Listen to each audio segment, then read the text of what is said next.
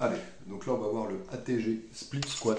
Donc, cet exercice-là, en fait, c'est exactement le même que du split squat, sauf qu'on va aller chercher en fait une plus grande amplitude sur la jambe avant. Donc on va aller chercher vraiment un renforcement sur un degré d'amplitude qu'on n'a pas l'habitude d'aller chercher. Donc déjà au niveau du positionnement, pour le split squat, on va aller chercher un peu plus d'écartement entre les jambes. Donc on va chercher voilà, un bel écartement entre les deux. Et dans cette position, en fait, on va venir. Donc, toujours pareil, fléchir sur la jambe avant, sauf que là, dans cette position, on va chercher à tendre déjà la jambe arrière le plus possible et à venir, si on peut, toucher cuisse au niveau des mollets. Hop, comme ceci. Donc on décolle aussi les pieds du sol. Comme ceci avec la jambe avant, la jambe derrière, le plus possible tendue. Hop. Et on revient.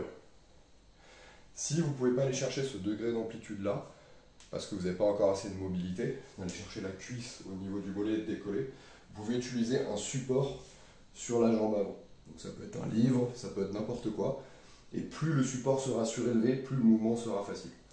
Au contraire, si vous avez des facilités, vous pouvez du coup, comme pour tous les autres exercices de renfort, aller chercher une charge additionnelle, que ce soit des poids avec des haltères ou une barre si vous avez pour plus de stabilité.